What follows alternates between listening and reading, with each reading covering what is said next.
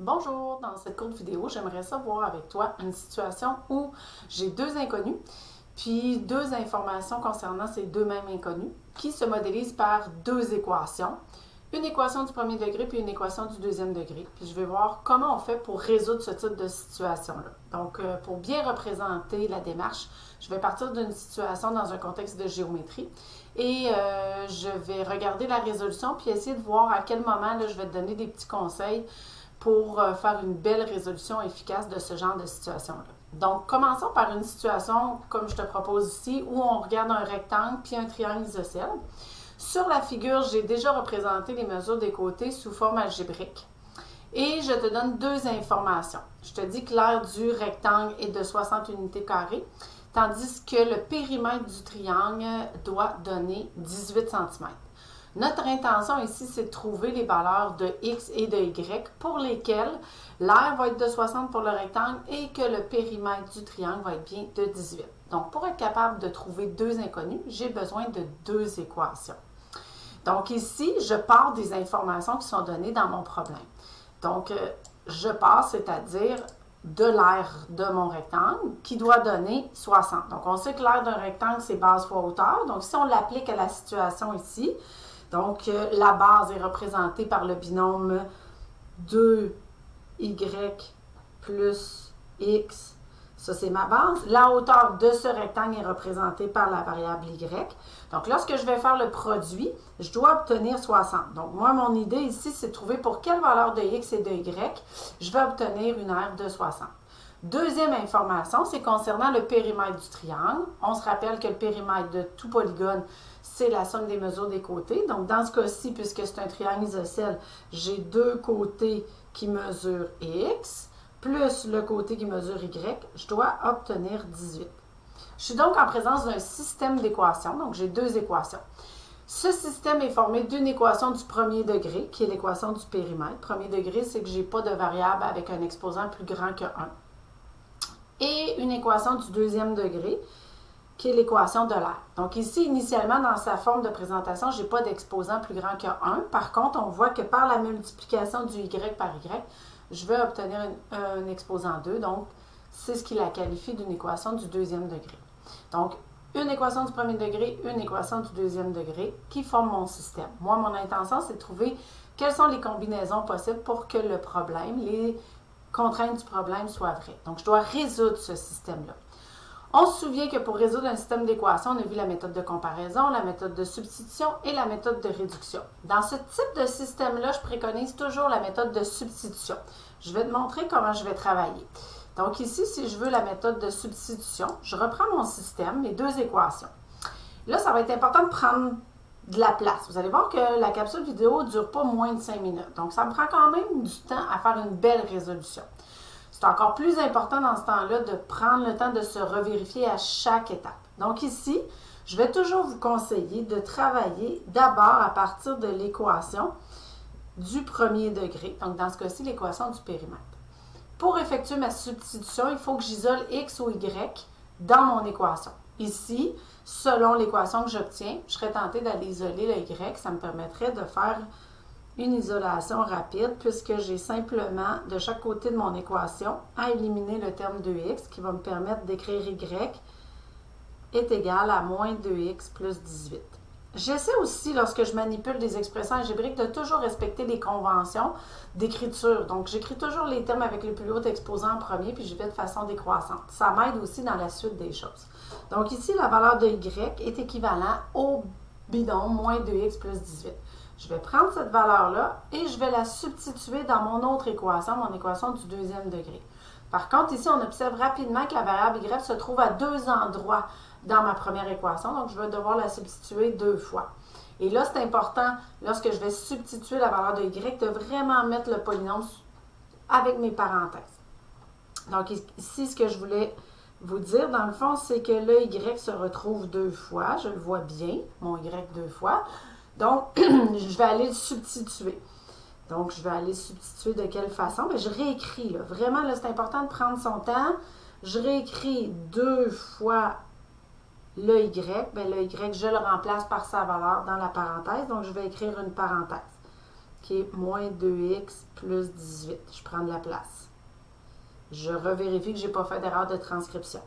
Donc là, c'est mon y que je viens d'écrire. Je poursuis l'écriture de mon équation. Donc là, j'avais dans la parenthèse initiale 2y plus x. Donc là, j'ai 2 fois la parenthèse plus x fois le y. Donc, je dois remultiplier par ma parenthèse qui est moins 2x plus 18. Ça, c'est la valeur de ma deuxième variable y. Tout ça doit me donner 60. Donc, je prends le temps de bien faire ma substitution, de le mettre entre parenthèses. Et là, vous voyez que j'ai quand même quelques manipulations à effectuer sur mon équation avant de trouver les valeurs de x. Donc là, j'y vais en respectant ma priorité des opérations. Je travaille à l'intérieur de mes parenthèses. L'opération à prioriser est ma multiplication ici. Puisque je l'ai mis entre parenthèses, je pense de faire ma distribution de ma multiplication. J'obtiens donc moins 4x plus 36. Ça, c'est la valeur que j'obtiens. Plus x. Donc, j'oublie pas de tout réécrire. Je réécris, je prends mon temps pour faire d'erreurs de transcription, ce serait dommage. J'essaie de voir dans la première parenthèse, y a-t-il des choses que je peux faire encore? Oui, j'ai 2 termes en x, donc j'ai 2 termes semblables. Je vais les simplifier. Donc, moins 4x plus x, moins 4x plus x, ça va me donner moins 3x. Toujours plus 36. Donc, encore une fois, je respecte les conventions d'écriture. J'installe le terme en x avant le terme constant. Vous allez voir, quand on suit toujours cette procédure-là, nos choses se mettent en place rapidement. L'opération qui me reste à effectuer, c'est la multiplication de mes 2 binômes. Donc, j'effectue ma double distributivité en prenant mon temps encore une fois. Donc, 6x carré, moins 3x fois 18, ça me donne moins 54x. 36 fois moins 2, moins 72x. 36 fois 18, ça me donne 648. Donc, ça me donne 648 égale à 60. Ici, je réalise que j'ai bel et bien une équation du deuxième degré, car dans mon équation, j'ai des x et des termes en x carré. Lorsque je suis en présence d'une équation du deuxième degré, je me souviens que ma stratégie pour résoudre et trouver les valeurs de x possibles, c'est de se ramener à une équation sous la forme d'un polynôme égal à 0. C'est pour ça qu'à ce moment-ci, je vais être tentée de soustraire le 60 de chaque côté afin d'obtenir une équation égale à 0. Donc, je vais avoir un polynôme du deuxième degré égal à 0. C'est mon intention dans ce genre de situation-là. Donc, j'obtiens le polynôme 6x carré. Moins 54 moins 72, ça me donne moins 126. 648 moins 60, ça me donne 588. J'ai donc un polynôme égal à 0.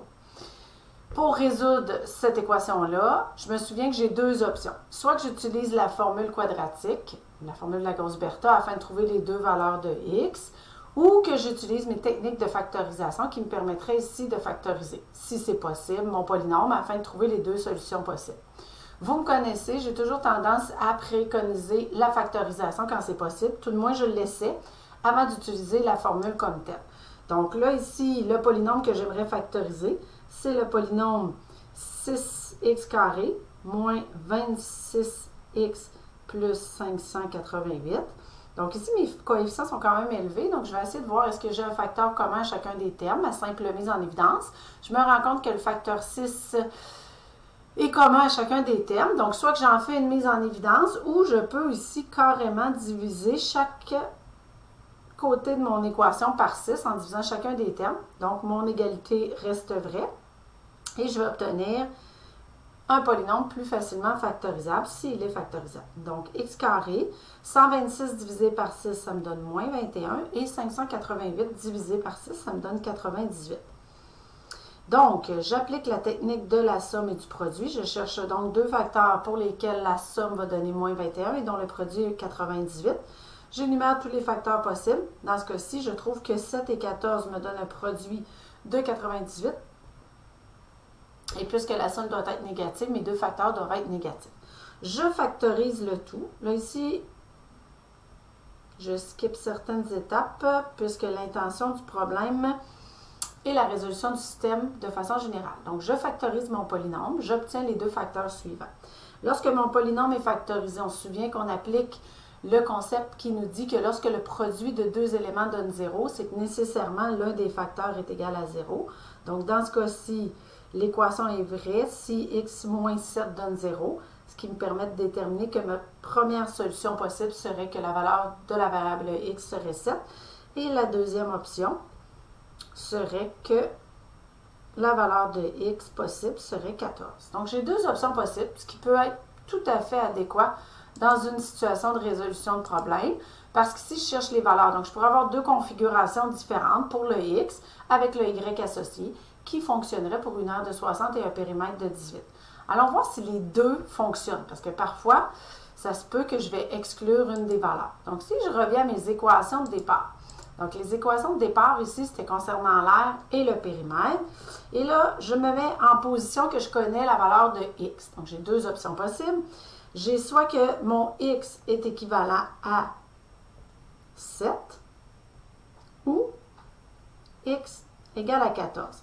Donc, allons voir la valeur associée en y si le x vaut 7.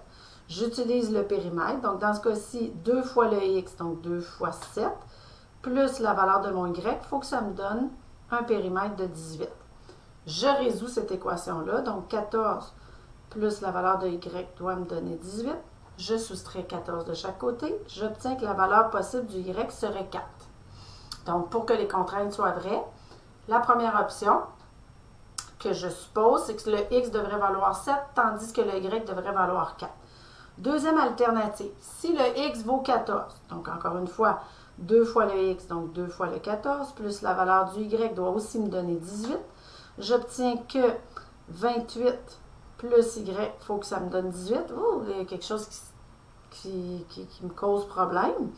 Parce que si je soustrais 28 de chaque côté, j'obtiens une valeur de y qui serait équivalente à moins 10. De façon arithmétique, ça fonctionne pour mon système. Cette solution-là serait viable. Par contre, quand je me plonge dans la situation réelle, bien, une dimension d'une figure ne peut pas être négative. Donc, je dois le mentionner ici. Cette option-là, c'est une solution qui fonctionne de façon arithmétique pour mon système, mais dans mon contexte à moi qui m'était présenté, je ne la maintiens pas. Donc, je rejette cette solution-là parce que selon la solution réelle, ça ne peut pas je ne peux pas avoir des figures avec des dimensions négatives. Donc, je garde ma première option, soit que si le x est égal à 7, le y doit être égal à 4. Donc, dans mon option ici, vérifions si l'aire de mon rectangle va être bien 60. Donc, la base, c'est 2 fois le y, donc 2 fois 4, plus la valeur de x qui est 7, fois la valeur de y qui est 4, ça doit me donner 60.